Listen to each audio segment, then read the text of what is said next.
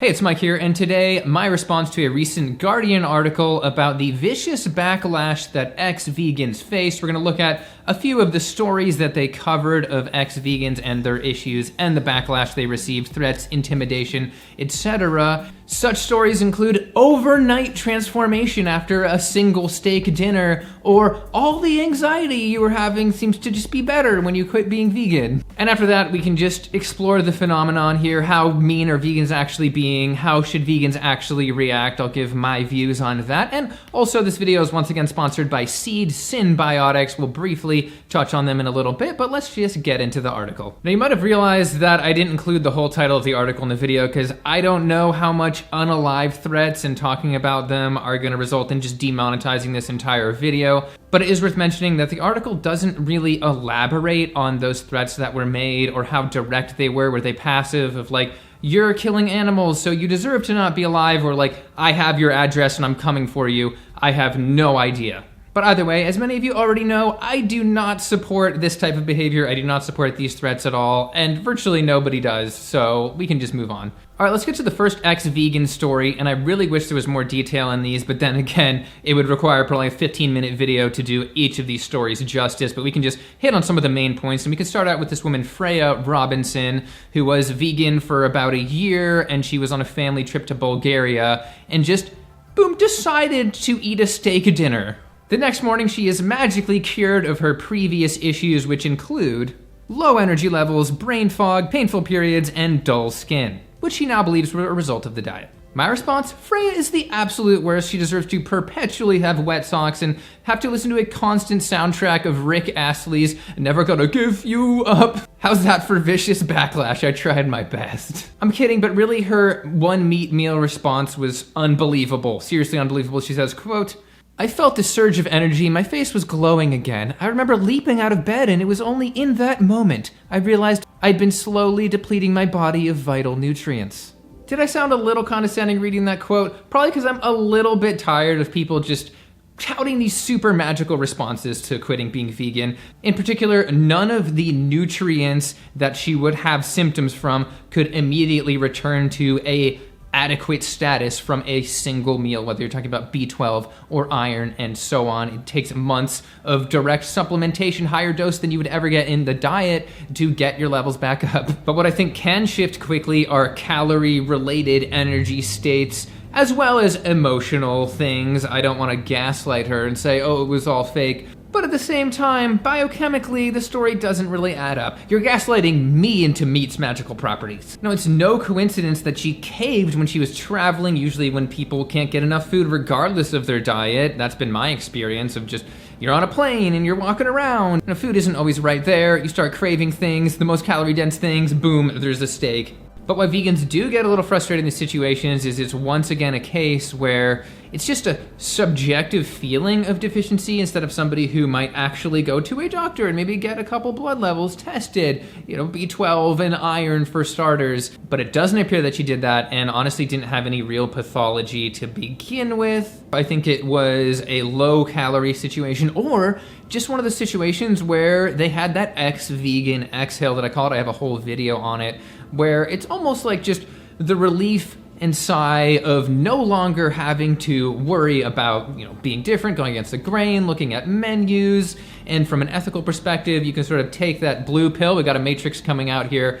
Enter the matrix back up, not worry about animals anymore as much. And in case this is giving anybody the notion that not eating meat would lead to painful periods, first of all, 80% of women experience that at some point, and a lack of steak is not the reason for that, because these are people that are omnivorous. But moving to this older Neal Barnard study, it appears that a low-fat vegetarian diet is associated with lower period pain. Quote, pain intensity fell significantly during the diet phase compared with baseline, so the case for meat here is not strong. Also, to quickly dispel the myth that you're gonna have low energy on a vegan diet, completely anecdote versus anecdote. I mean, look at somebody like Scott Jurek, set the US record for running the longest distance in 24 hours in the US at about 165 miles in 24 hours one day.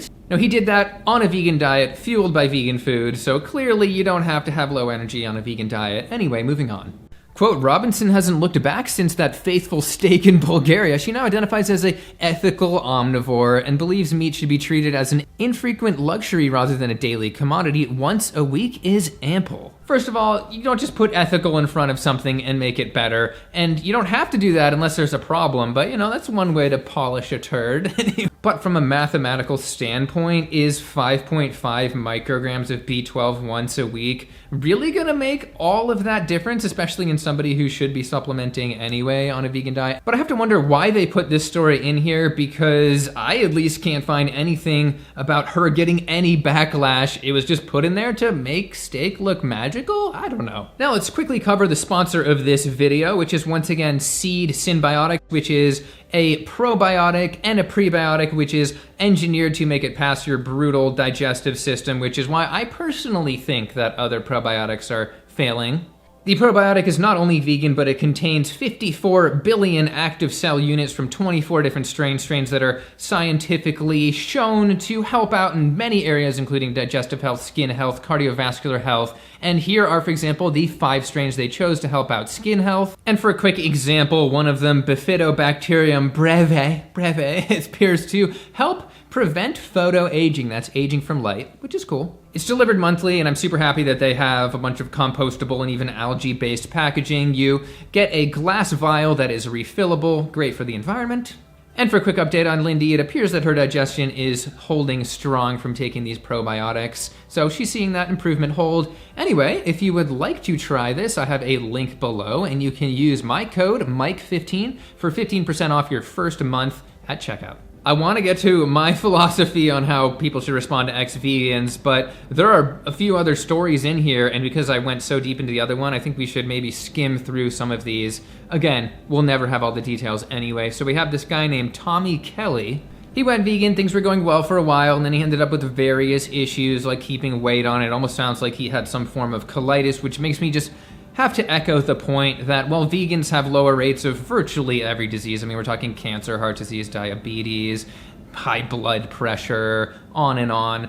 There's still gonna be people getting diseases on a vegan diet. People can still get colitis. People can also have flares and certain ailments that would have gone away anyway, might come back in the future. That's just the reality of the human body, unfortunately, and autoimmunity. But there's one issue here that I just felt like was pushing the dietary connection in particular, and that was, despite this guy allegedly taking B12 and supplementing and stuff, he had slurred speech and a facial droop. The facial droop caught my eye because I know people that have had that. It's called Bell's palsy, or at least maybe this is a mild version of it. Not a medical professional. No, but looking to just Johns Hopkins page on the potential causes, there's a lot of unknowns around it, but none of those potential causes are nutrition related here. So putting the idea out there on the internet that you might go vegan and like have a facial droop or some scary thing like that, I mean, it just doesn't appear to be a scientific backing for that. But the final point about Tommy's story is that he claims to have gotten threats on his life and other just bad behavior from vegans. So obviously, vegans don't do that.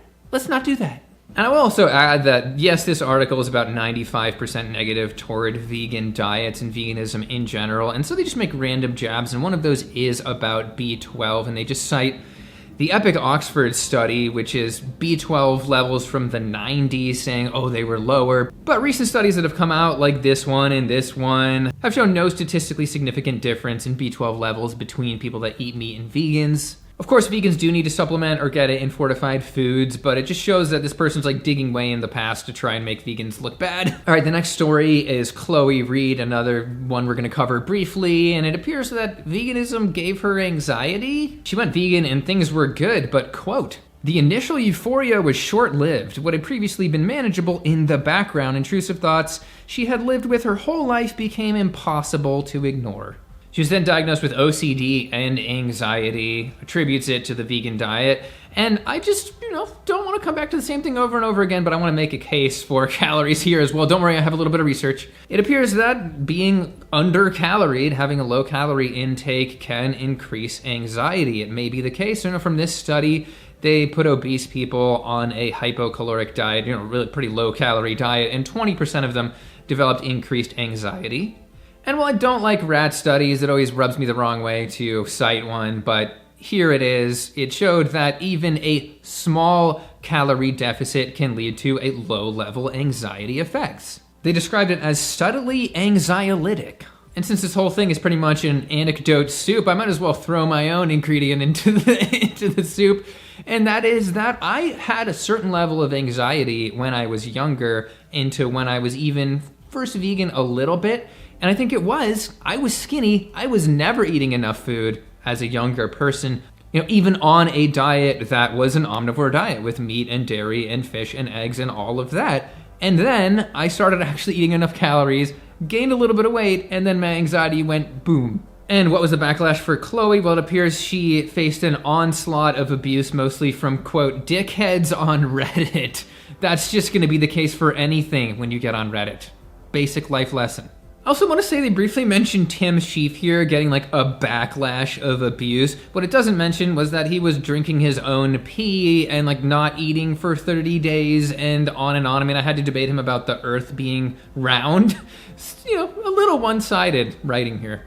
All right, let's get to my actual take on this. How do I feel about all of this? You already know that I'm against any type of aggressive behavior, and that's for two reasons. One, it's just not my style. I might get a little snippy here and there, but I'm not gonna be trying to like abuse people or bully people. But then we also have to realize that it is very convenient for everybody that eats meat to vilify vegans and exaggerate anything negative that they do. So while I don't want vegans making threats or anything like that, can it also be part of the case that people who are quitting a vegan diet are sort of trying to confirm their own bias and get some type of justification by going vegans are horrible? I mean, look at the case with Chloe Reid. She said that the backlash solidified her decision to quit being vegan and the vegan movement was toxic.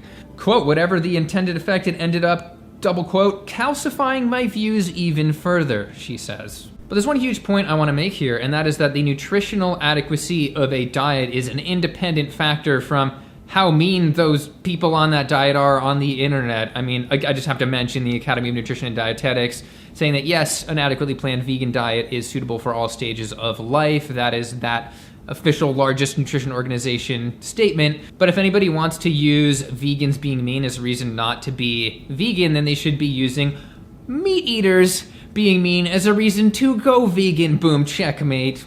But I will go as far as to say that vilifying vegans is almost a necessary part of the process of quitting being a vegan. I've just seen it pretty much in every case of ex-vegans.